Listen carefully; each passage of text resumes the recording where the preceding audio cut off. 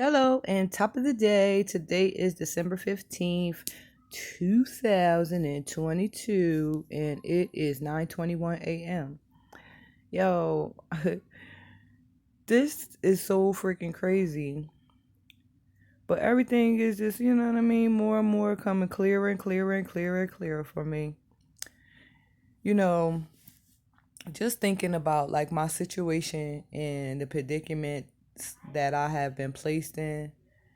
I'm just sitting here like really putting together like these puzzle pieces and who connected to who. Okay. So, back in my get high days, right? I was like running amok, just running all willy-nilly. And I had met this dude named Jay. And I think that he divorced our mentor, or they was, I don't know whether they were still married or separated. I have no idea. But anyway, I used to get high with Jay. And you know, it was just something to do.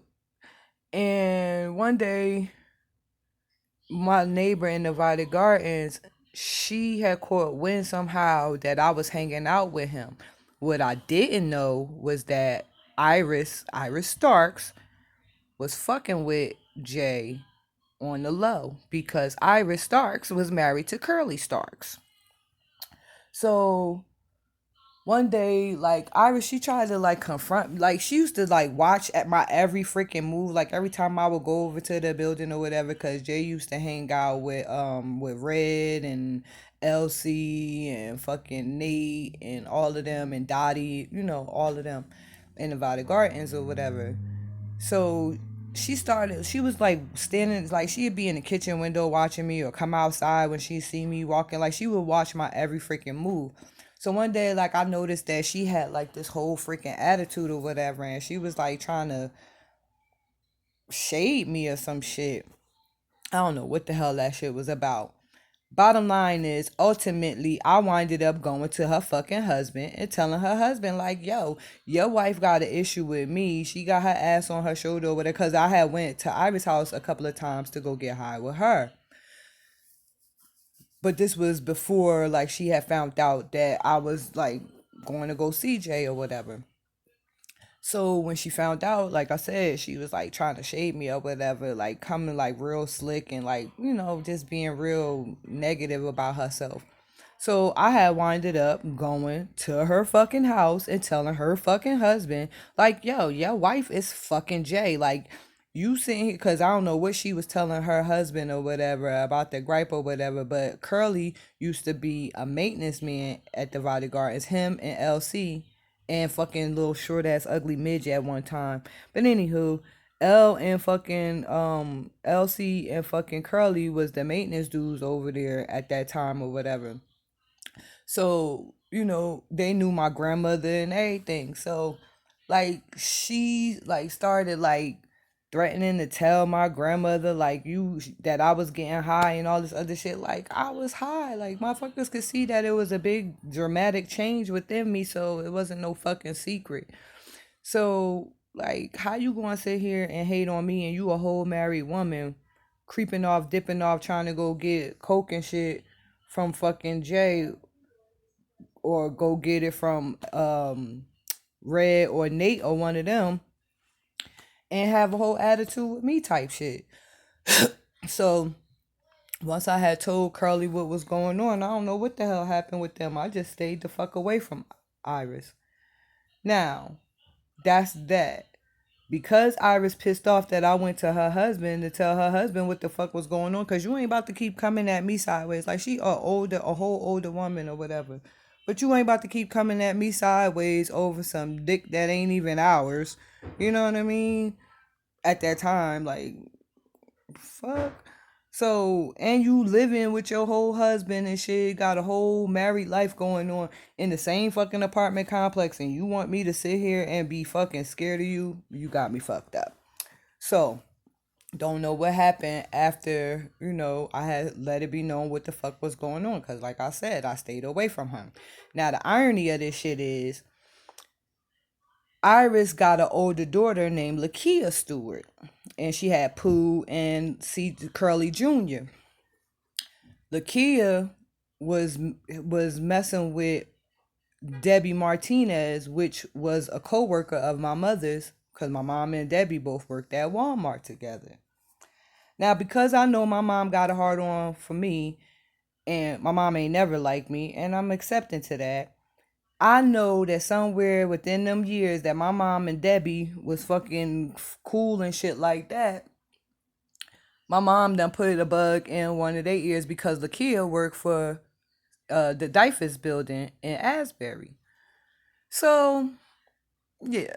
So I know because my mom been gunning for me and been trying to fuck my whole shit up, and they been doing this shit to me my whole fucking life. I know that Lakia and Debbie got something to do with gang stalking, harassment, the child support. I mean, not child support, the fucking CPS report, and a whole bunch of other shit that was going on with me at that time. And then like my whole community like just was on it watching me. My fucking uncles and shit was fucking kicking my back into people that I was dating or whatever. Don't date her. She crazy. She gonna steal from you. She gonna do this. She gonna do that to you or whatever. Like, Born, you always been on some hate and shit, so I wouldn't expect nothing less from you. I'm shocked that you would even, but then again, I'm not because of, you know what I mean, type person, type people y'all is. But that's neither here nor there. Lakia works for Division of Youth and Family Services in Asbury Park, like I said. So I know that, they've been working behind the scenes because, like I said, I know Iris done went talk shit about me. She don't talk shit about me amongst the fucking people that we used to get high with. I don't get high no more. I don't know whether she still do or not or whatever, however, but I know that it was said that they had moved to North Carolina or whatever after a whole big old whatever had happened, and Iris' brother had liked me. That's a whole nother thing within itself. So yeah. So I know that these folks been working overtime over these years to try to bring me down. Now, I get myself clean. I was still, hey, how you doing, whatever, whatever, because I wasn't thinking nothing of it until now in my space of clarity where I could sit back and recollect on a whole bunch of stuff that had happened, in the mix of the years up until me waking back the fuck up and like, nah, this ain't what the fuck it is, and that ain't what it ain't. I put together that they had hand in trying to bring me down, trying to help my mother get my children taken away from me. It's all about fucking money ultimately.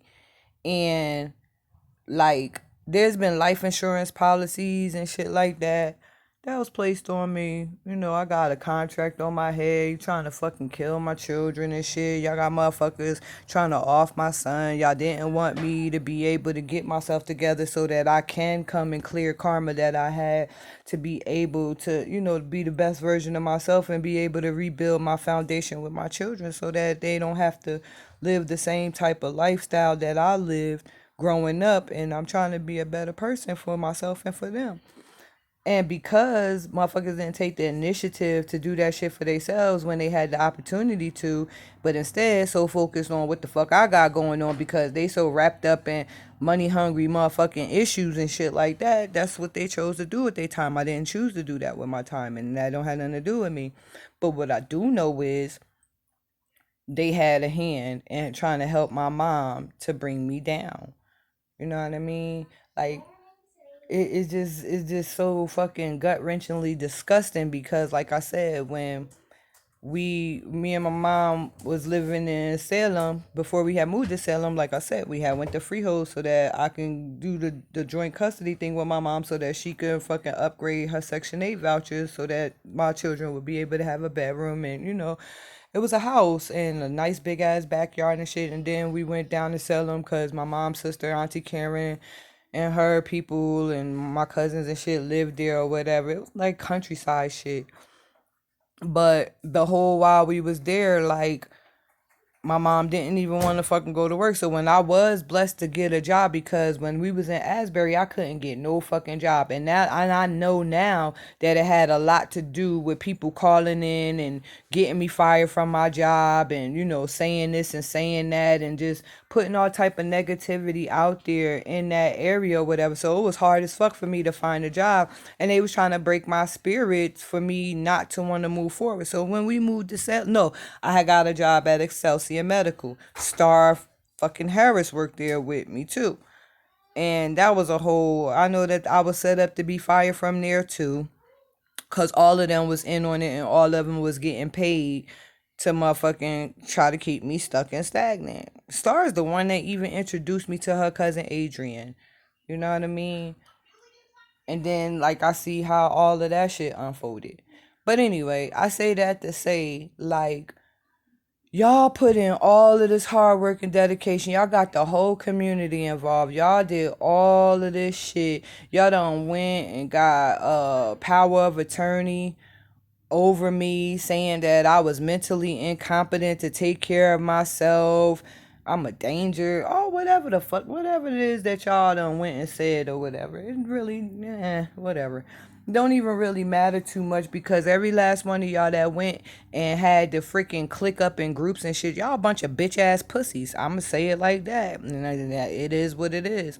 Like, how is it a whole fucking community of people? Not even just in fucking Asbury Park.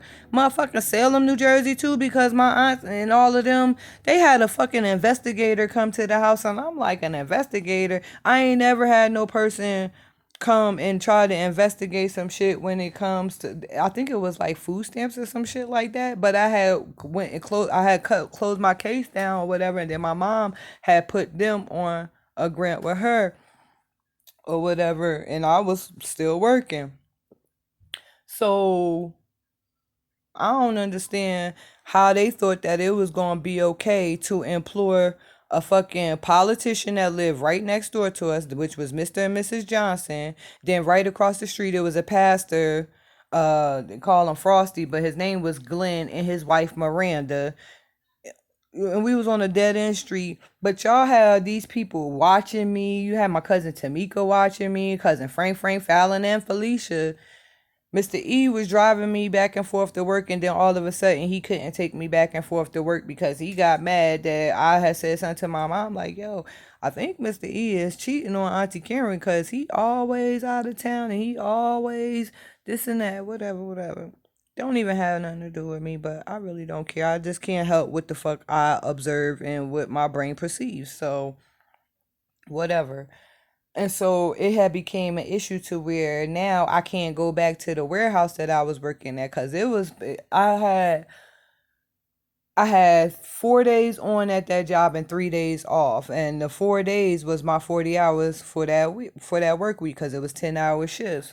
And that was a big ass fucking warehouse, and I was coming home dead ass fucking tired and shit like that, barely being able to, spend time with my children. I come home, by the time I get home from being picked up, I'm tired, and it's time for the kids to get ready for bed. Like, they used all of this shit to their fucking advantage or whatever. So now I don't have a job anymore at that point.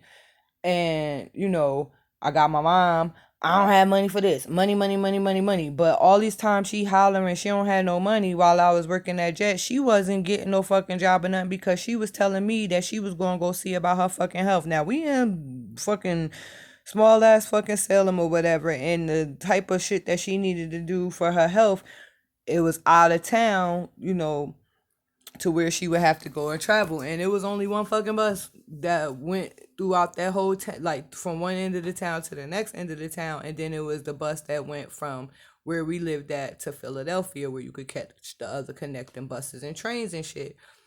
So the place where she had to go get her stuff done was in Violin. And like, only people that had cars and shit like that was my cousin Tamika, Mr. E, and my auntie Karen, and they all worked. Okay, understandable.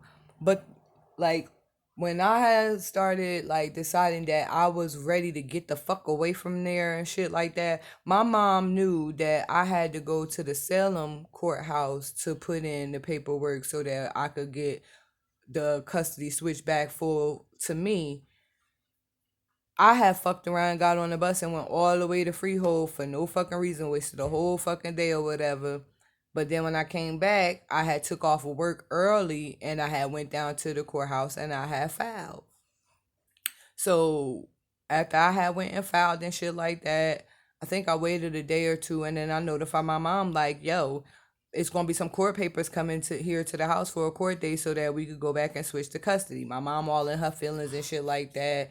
You know, she trying to beg and plead with me. She crying, all this other shit. She tried to get me to leave my daughter Sinai with her and just bring Sonique with me. And when I came over here to get, to get housing and stuff like that, that I could come back and get Sinai. I'm like, nah, like that don't even sound right type shit. Like, fuck I look like leaving my children. When I go, they go, just like that. You know what I mean? She was trying to use that avenue as a way to be able to have some type of power and control over me. So